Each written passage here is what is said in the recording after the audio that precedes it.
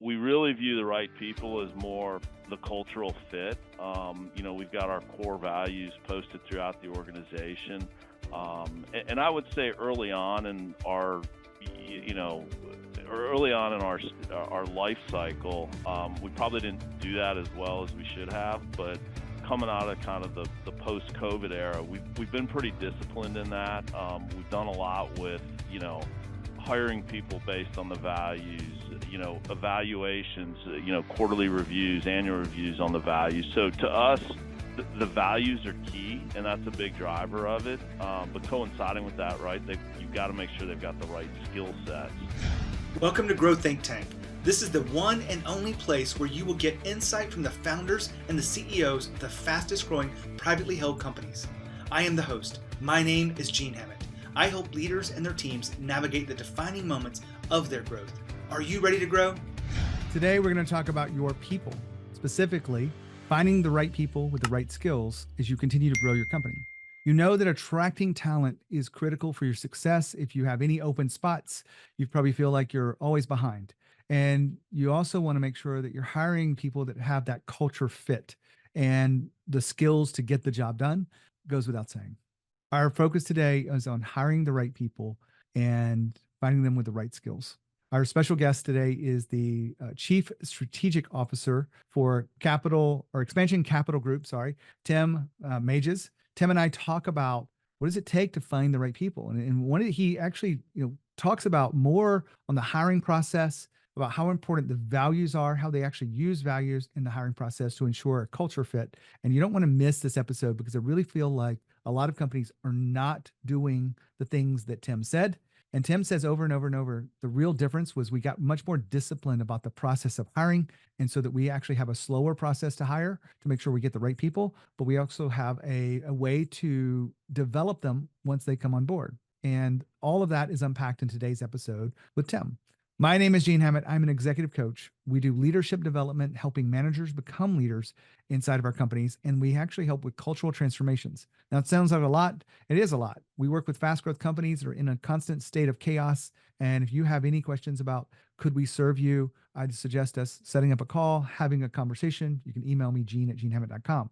But if you just kind of want to dip your toe in or stay on the sidelines of this, just kind of curious about what we do, we have a special way to experience what we do and the work that we have, and that's called a virtual conversation.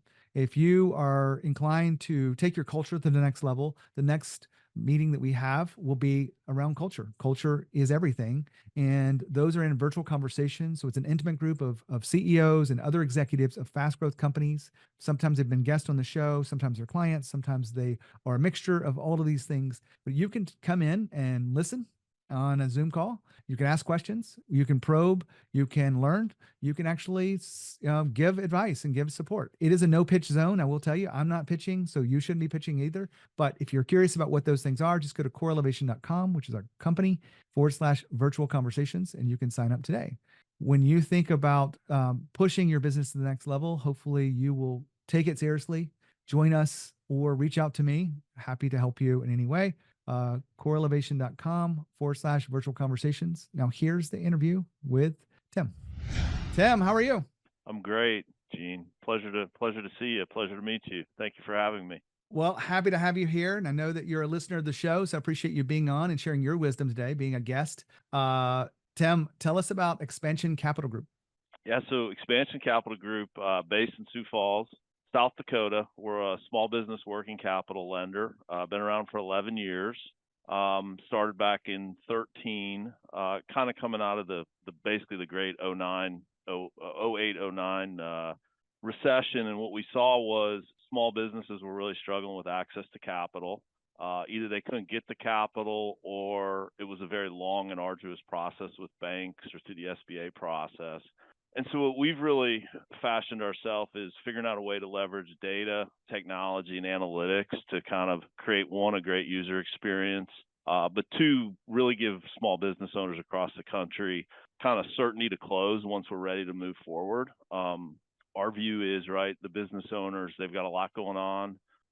Their fundamental issue is access to capital is what we've generally seen. And most of the businesses that we work with are kind of below $10 million in revenue. So maybe as small as $1 million across a variety of industries and across the U.S. Well, this is a good place for you to be, because I think a lot of people listening in probably need more access to capital, or at least know it's available if they ever need to make that next big investment. I know interest rates have probably impacted your business, and I'm just kind of curious, what do you see on the horizon for the next 3 years for your industry? For our industry, I think it's going to be interesting to kind of see what plays out in the banking market as a whole. You see a lot of press right now about just banks really retrenching and moving away from, one, anything unsecured, and two, any types of small businesses. Our view all along is small businesses are kind of the growth driver of the industry or of the country. You look at where most of the job creation takes place in this country, and it is small businesses. We're relatively bullish on kind of where we sit. We think the next few years we're going to see more and more small businesses that are really saying, look, I want an easy process. I want a simple solution. I don't want to wait 3 months or 6 months to access capital that I need. And, we can fund deals in as short as 24 hours or, as long as 2 or 3 weeks. So depending on the situation. Well, I'm glad that we had a good chance to understand what your industry does, but you guys have made the Inc. list multiple times. I counted up 4. Yeah. I know it's hard as you grow in your revenues because it's a math problem. It's hard to Sure. it's hard to Yeah. double when you get to be the level you are, but your people are an essential part of that the strategy for growth. I don't, you're not completely resting on technology. So tell me a little bit about how you see finding the right people and to have the right skills to grow your business. Sure. Yeah. I mean, Gene, we kind of break that down into two pieces, right? As you stated, right people, right skills. We really view the right people as more the cultural fit. We've got our core values posted throughout the organization. And I would say early on in our, our life cycle, we probably didn't do that as well as we should have, but coming out of kind of the post-COVID era, we've been pretty disciplined in that. We've done a lot with, hiring people based on the values, evaluations, quarterly reviews, annual reviews on the values. So to us, the values are key, and that's a big driver of it. But coinciding with that, right, you've got to make sure they've got the right skill sets. And what we generally view is when you mesh those two together, you get to a point of collaboration and problem solving across the organization when you have those two commonalities.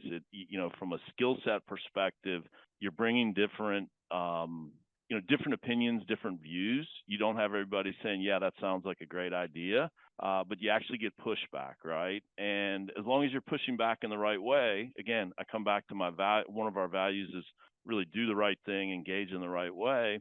Our view is collaboration and problem solving. Then you get into a situation where the issues that you're attacking, you're coming to the conclusions that are best for the organization. I think when we were early on in like our hyper growth stage, and you're growing, and I think this is true for most businesses, you do tend to see, right, like natural inclinations towards maybe if you don't have those two factors right, you get into situations where maybe the decisions are what's better for maybe a person or a department versus what's best for an organization. Well, I want to go a little bit deeper with that, because I think a lot of people understand assessing for culture fit. It's one of the questions I've asked for years is, what is one thing that you've learned in your journey of leadership?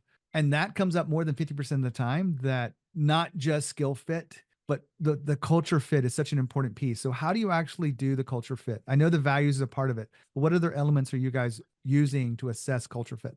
Yeah, I mean, I'd say it comes out number one in the interview process, right? But at least on the front end assessment, we've essentially streamlined our onboarding process from first phone call or first introduction all the way to when they're ultimately hired. And we really try to dig in and spend some time basically articulating, look, these are our values. Look, they're not for everybody, right? If you're not going to align with these, then no harm, no foul. We can move on.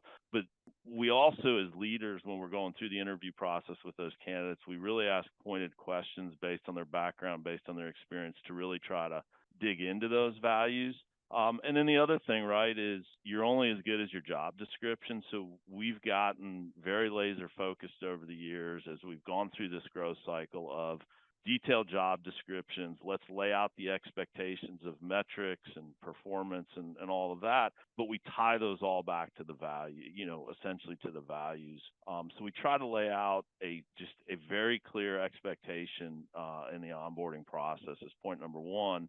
And then, post hiring, we back that up with quarterly reviews, annual reviews, monthly discussions, really around the values, the 4 core values that we have as an organization. Tim's been talking about culture fit. I want to add a little detail here that I find is helpful. I like to be very intentional. And so if you have values, you want to create and craft questions that allow you to assess whether someone's in alignment with those values or not. You couldn't ask them directly, so you want to make indirect questions. I've got so many examples I've given over the years, but the point is you would like to take your values, turn them into questions, or kind of like tell me a story when you've demonstrated, your ability to be proactive, or tell me a time when you have gone the extra mile. And you want to be able to see if it's a natural way for them to operate, think, behave, because if it's not natural, they're likely to come in and not behave that way. No one's going to say that they're reactive, but you want to assess if their natural tendency is to be proactive and where they've been proactive. And so just want to find those questions and then give them to your team. Maybe I'll create a library of questions. This is something that a lot of my clients have done, and it's worked out really well. So you want to hire for the culture fit, but you want to make sure those questions really do assess where someone is naturally. Back to Tim. Tim, I know that I shared with you that my wife and I have written a book. I'll throw it up there for anybody who's watching, How to Have Tough Conversations. It is coming out now. But I also thought that my first book, or my book that I was going to write, was around living your values, because I've had so many people sit exactly where you are today in these conversations on this podcast about just talking about how important it is. And most people don't realize that it's the tool that we assess to bring in people that not just think alike, but they have a deeper element of, we see the world sort of from the same perspective. Like you said, do the right thing. Yep. They're not, that's a different way to say that, have integrity, which is much more clarity than integrity, because hopefully everyone does, but do the right thing becomes something that you can center around and really guide your people to. So that's how important I think values are. I want to keep the conversation flowing around this, but finding the right people, is there anything that you've done to attract the right people inside your company as you guys have matured? Yeah, I mean, look, I think it naturally becomes. So we're based in Sioux Falls, South Dakota, as I stated, and this is, it's a mid-sized market.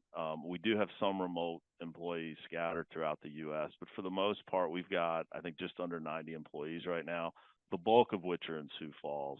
I think we're a little bit fortunate that we're not in a big city, and so a lot of it becomes word of mouth, right? And so it's a mid-sized community. A lot of folks know each other here, and or you can do the Kevin Bacon 6 degrees of separation, right? Like, we can probably figure out pretty quickly 1 or 2 degrees of separation in terms of, is this person going to align with our values?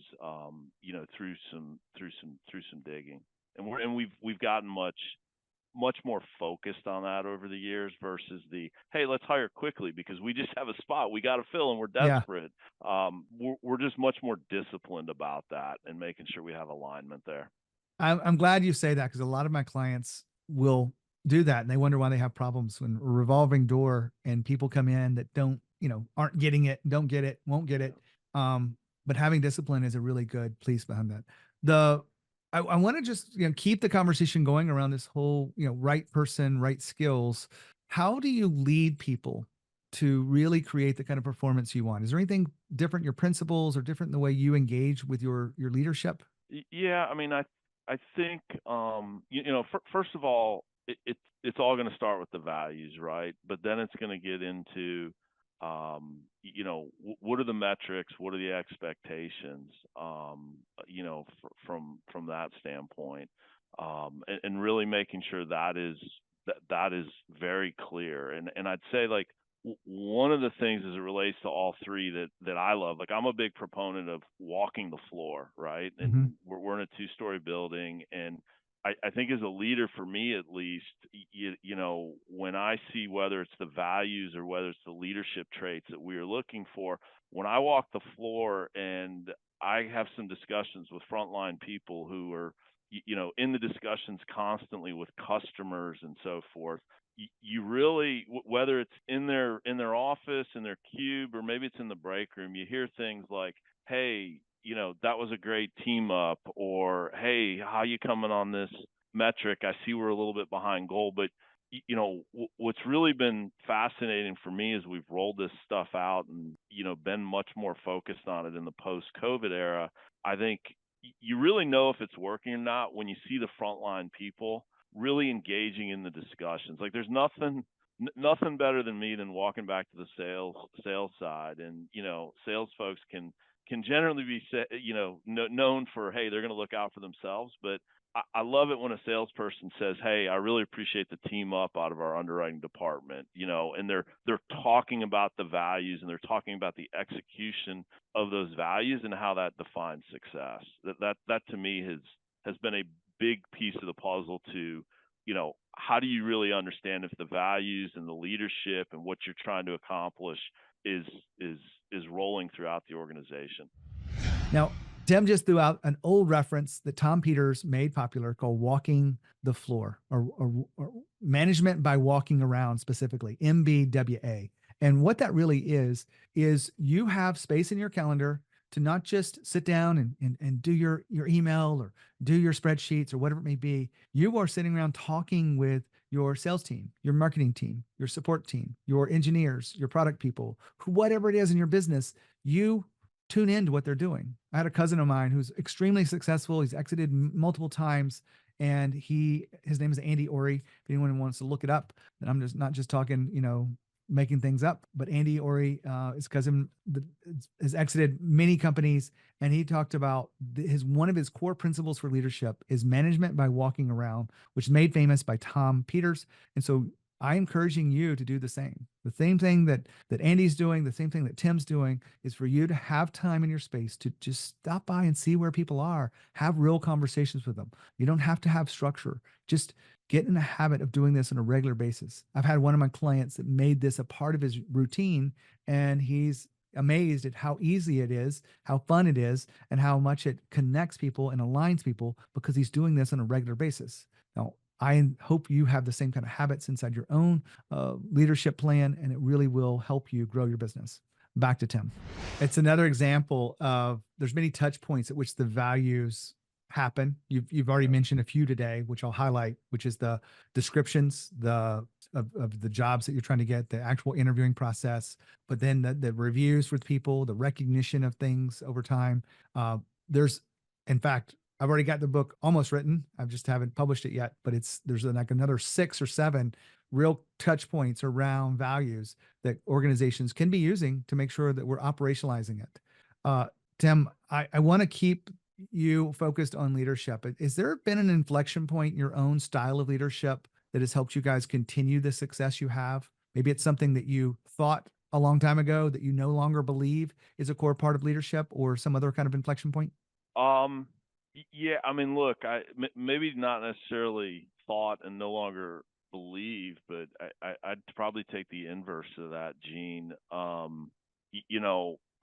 Look, we're a small business capital provider, right? We were at the epicenter of COVID, and I can tell you all sorts of stories about a restaurant calling in from New York and saying, "Hey, I really would like to pay you back, but the governor literally just told me I need to shut down," right? And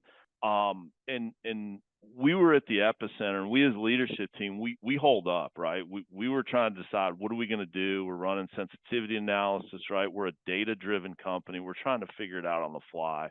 And we sat in the room and we had to retrench in a pretty big way. Our sales, I think, actually decreased about 70%, through the rest of that year. And the one thing that resonates to me is we came back about a year later in June of 2021, and I remember one of the managers grabbing me and they said, when we went through the COVID effectively shutdown, you guys as leaders, you weren't present. And I said, well, what do you mean? And she said, we were out here dealing with the frontline folks, and I get that we were all stressed, but you guys were holed up trying to figure it out, but you were nowhere. We were getting questions left and right from the frontline folks like, what's going on? Are we going to continue funding? COVID's hitting, parts of the country are shutting down. And it was really a lesson for me as a leader of no matter what level of adversity that you're encountering, you got to be present. You Yeah. absolutely have to be present. Now, I wanted to break in here because I really feel like I'm trying to get the message out there about our new book. Amanda and I wrote How to Have Tough Conversations, which, if you're watching the video, it's up on your screen. But have you ever avoided a tough conversation? And once you actually got the courage to do it, that everything got better? Well, I hope that's happened in your life. I hope also you've found a way that you're going to improve, or you've committed to improving your skill, because this isn't something that goes away. Every leader I know is faced with this on an ongoing basis, getting good at this skill, getting really solid and grounded in your ability to have these tough conversations. Understand that there's phases, understand that there's a checklist, that when you actually do it, we built the framework and the phases inside this book. You can download them for free if you want to go to How to Have Tough Conversations. You can download an Audible copy, a print copy, electronic copy if you want to. But my point is, master tough conversations, commit to your own growth. This book will help you. Now back to the show. Good reminder, because I think that people think they're present enough. Yeah. And I've actually done some 360-degree feedback with executives, and they're blindsided because they're like, what do they mean? And I'll go, well, here's a few quotes, and I will just give them to you because maybe we can chuckle about it now. When you're in the room, you're not really in the room. Yeah. And he's like, what does that mean? I'm like, well, is there any place where your mind is at? He goes, well, there's a lot going on. I'm like, yeah, but when you're in the room with your team, shouldn't you be in the room? Yeah. Shouldn't you be fully present? Or they're looking at their phone. They're looking at their email. Yeah. Right? Yeah. We're all guilty of that in this day and age. I will add on to that because, I wrote a book and there's sections in there about being present. We shouldn't have to talk about it to remind people, but when you're in the midst of a tough conversation, my hope is that you're truly as present as you can be, or really striving to remove those distractions. And I like the very intentional removement of a phone or a laptop closing and whatnot, because that signals to someone, hey, I'm taking this moment seriously. I'm going to be here with you and nowhere else. So I'm glad you brought that up about being present. Tim, we've had a really good conversation today. I don't know if there's anything that you feel like we need to highlight around hiring the right people and the right skills to really scale your company. Is there anything else you want to bring to the forefront? Yeah, I mean, the only other thing I would add is, we talked a lot about things that we've done to, find success in that hyper growth. I would just go back to one of the key points. I think about what are the mistakes in terms of as we've gone through this fast growth stage of our company, and I think the one thing that we have struggled with and we've gotten better with is the whole notion of quick to hire, slow to fire. And I just think, as entrepreneurs, as business leaders, we've got to be mindful of one, not only the impact on the business, but and we've certainly made our mistakes here, but you got to be mindful on really the more the impact on the toxicity and the things that can happen to your culture. And some of the things that we did is, and I've talked a little bit about the onboarding process and the values, but I think you've got to be very clear and disciplined on that. And obviously, maybe it's easier today versus maybe 2022 when it seemed like there were 3 jobs being posted for every one person that was looking for work. That was a very challenging time. But I think as fast growth companies, the worst thing you can do is be too quick to hire, not have a disciplined process. And then if you do make a mistake, you're too slow to respond to that. Yeah. And I think and again, that really just comes down to that clear expectations of 90, 180 days, 30, 60 days. Here are the expectations for a new hire. But if things start to go off the rail, you've got to address it, and you don't have to address it for yourself or for that person. I mean, you do, but the bigger issue is, like for me, we've got to address it for the other 85 or 90 employees that we have. Because if they start to say, well, why am I being held accountable for this, but such and such has kind of free reign, that tends to bleed through the whole organization very, very quickly. And I think that's the only other point that I would say as I think about our, growth cycle here, that's been one thing that we've really had to get a lot better about and a lot more disciplined about over the years. Well, I appreciate the structure that you've outlined for us today. I think a lot of people can use this and maybe even look at their own processes and go, are we as disciplined as we could be? Where could we improve that discipline? Not that you need to take all the advice from me in any of this, but I've just got experience with these things. I like to break it down. Before, during, and after is one of the frameworks I'll use. If you've got a before, during, and after for anything that you want to improve, you can start to look at the individual components of it and make it better. So just piggybacking on what you're saying, Tim, everyone should be looking at this interview and going, how disciplined is our hiring process? And is it really aligned with the results we're getting and wanting as we continue to grow? Because my guess is this is one area where you can improve. And is it aligned with our values? Yeah, absolutely. Been a big Tim, win. thanks for being here, being on the show. I appreciate your wisdom. Thank you so much, Gene, for having us. Appreciate the time, and look forward to seeing more of your videos out there. Love what you're doing. Wow, what a great interview. I love the fact that he talked about the discipline and values so much, because it is a critical element. A lot of people don't understand why it's so critical, but the right people, the right culture, the right people with the right skills all require you to have clear values and hire them, develop people by them, onboard by these values, develop the leadership, making decisions, exit people that aren't in alignment with your values. And all of that was unpacked in today's episode with Tim. And he mentioned at the end, talking about tough conversations, about toxic workers specifically. And I just want to highlight the fact that we have this book coming out called How to Have Tough Conversations. If you are avoiding a tough conversation in your future, you need this book. If someone on your team is avoiding a tough conversation, you need this book. And so I remind you that this is out there wherever you buy books, the print version, the Audible version, the digital versions, How to Have Tough Conversations. Hopefully you'll find it today and dive in. It's really making a difference for a lot of people. When you think of growth and you think of leadership, think of Growth Think Tank. As always, lead with courage. We'll see you next time.